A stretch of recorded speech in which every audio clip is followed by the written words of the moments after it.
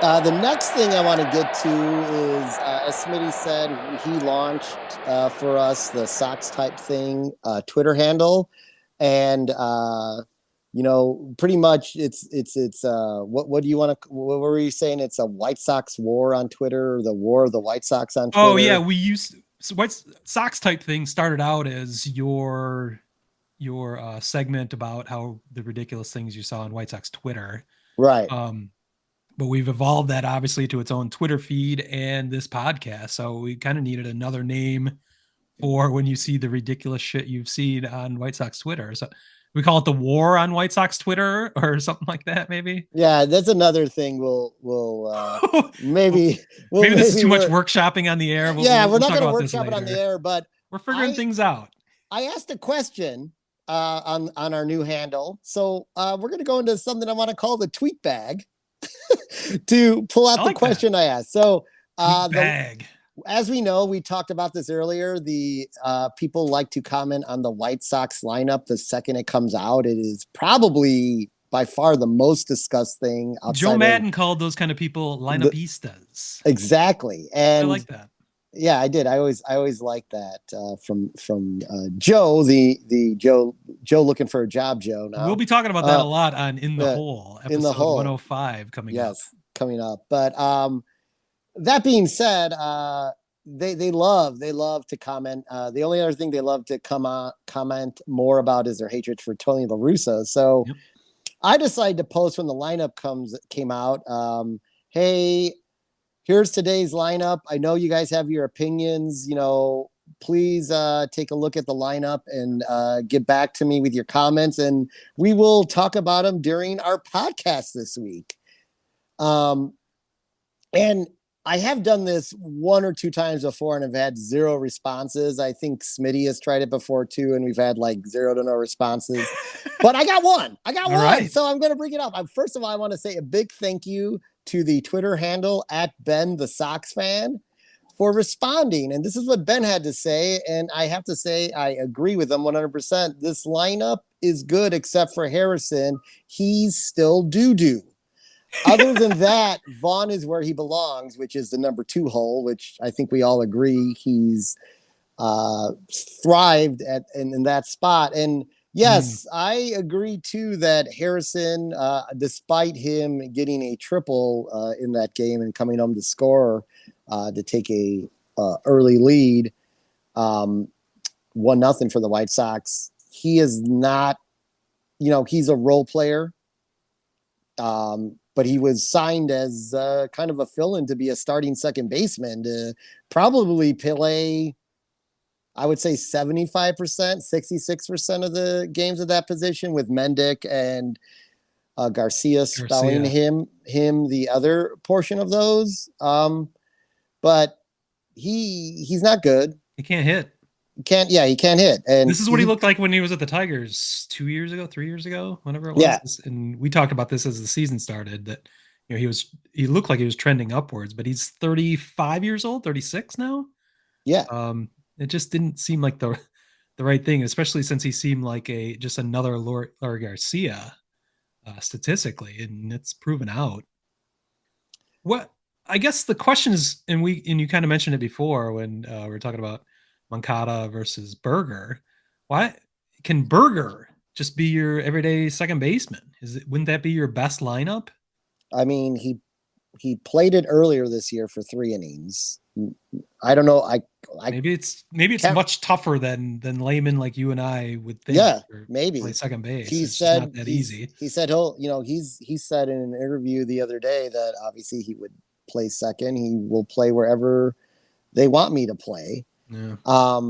I after the after what happened in yesterday's game, I I got this Moneyball image in my head from the film when Billy Bean is frustrated that his lineup isn't being played the way he wants it. Yeah.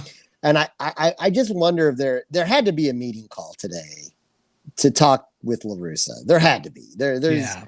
and we may or may not know, and that's their business internally. But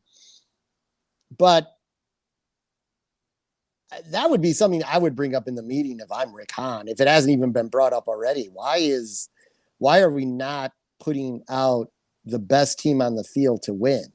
I understand every now and then you need to keep these guys who are role players fresh. But that used to be the Ozzie Guillen Sunday lineup he rolled out there. Everyone kind of cringed when Sunday rolled around because you knew your regulars were going to get a rest from Ozzie. Yeah. You knew someone was not going to be in the lineup. You're going to be, oh shit, man. Are we going to, can we win this game? But you realize baseball's a long season, so no one's ever going to go 162-0. So, but if you got 7 games in a week, you got 6 games in a week, try to win 4, try to win 5, let's not settle for, we got to rest these guys over and over again throughout the week. So I don't know. I think everyone's just, it's time for Tony to go.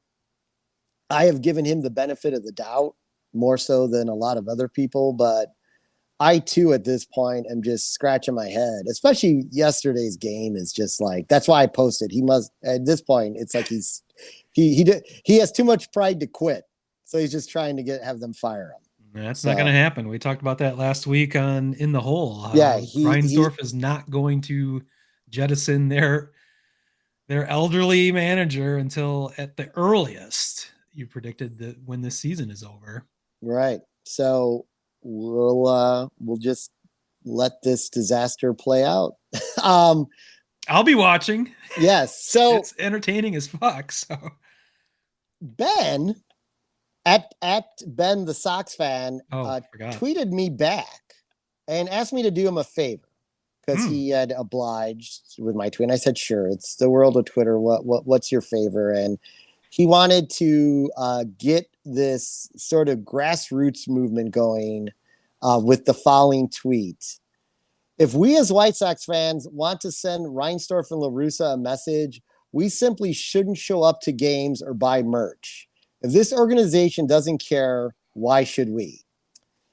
Which is great in theory, but we don't show up to games now. Which I couldn't let slide, so I pointed out to Ben. Last year, the White Sox won 93 games. We finished 14th overall in attendance. We were beat out by 4 teams who finished well under 500, Cubs included on that list. We finished half the attendance of basically teams like the Dodgers and the Yankees who spend way more money than other teams. So I'm putting this back on the White Sox fans because we're drawing 23,000 people versus 21,000, which is about 2,000 more than we have drawn on average. Currently, we're 17th in attendance this year. You talk about you want the team to spend fucking money and you put your heart and soul in this team and all this shit, then show up to all the games like everyone else does. We have the 7th highest payroll in baseball. That's one thing. The White Sox are spending money. So it's kind of and they haven't in the past. And this is kind of a new thing. So we're spending money now and you still don't come to the games. You guys are whiny bitches. I'm when I looked up the numbers, and not that I expected that much different than what I saw, but the fact that last year we weren't even in the top 10 after winning 93 games is an indictment of the White Sox fan base. Wow. Well, I appreciate Ben's sentiment, and I think a lot of that comes from frustration, the fact that we're just fans sitting here and feel powerless, and the only way we could have some power is with our pocketbook, whether we buy tickets or merchandise or whatever. The unfortunate reality is, and we've talked about this again on In the Hole ad nauseum, the way baseball economics work, especially with shared revenues, means the fans really have zero say on the economic future of the teams. Attendance is fairly meaningless. Merchandise sales are fairly meaningless. That's all gravy on top, or the frosting on top of the cake. Right. The cake is the revenue sharing money that in this year is estimated to be $100 million for every single team in Major League Baseball. They all split their revenues, and the way it's coming out with all their national TV revenue, with uh, Baseball Advanced Media, the website, and other business ventures. That is $100 million in every team's pocket before they open a door, before they sell one ticket, before they sell one hot dog with onions. That $100 million is automatically there. And, that pays for more than half of the total salaries of half the league. Right. It gives a profit to a lot of teams it does. Before they even sell a ticket. I've railed against this when I talk about my Oakland A's. Their payroll is at $33 million. So they were making a $66 million profit before they did anything, before they sold a single ticket this year. So, obviously the Sox are spending well over $100 million, but it's not hard to see how their revenues, with everything else, will be more than enough to cover their expenses.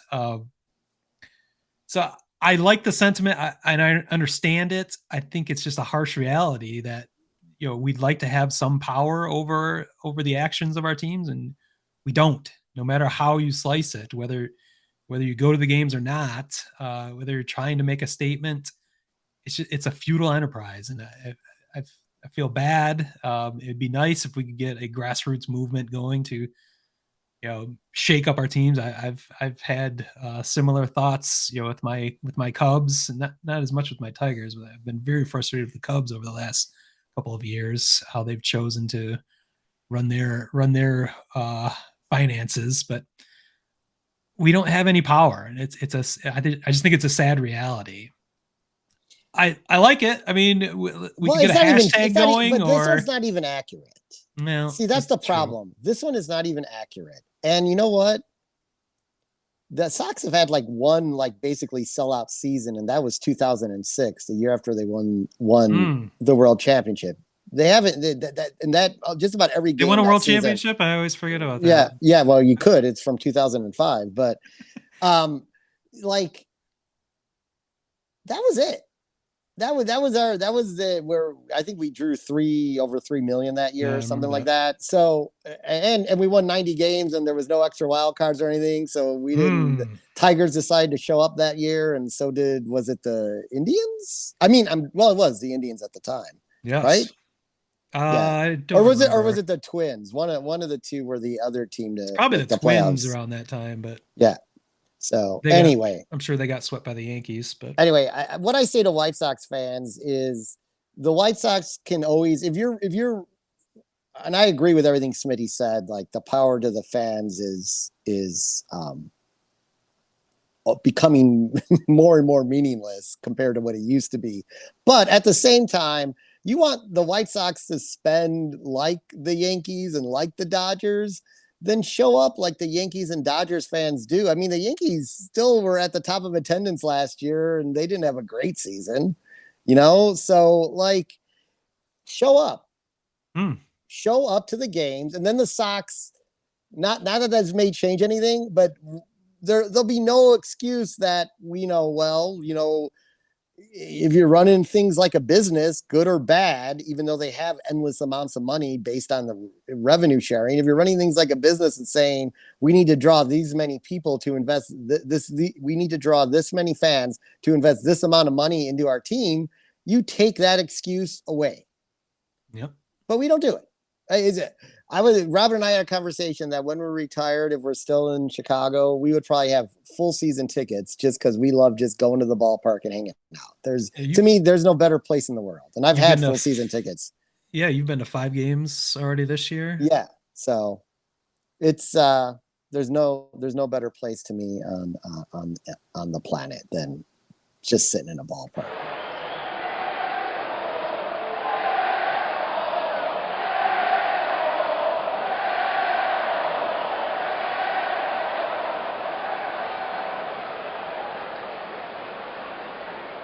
Word Hole Media.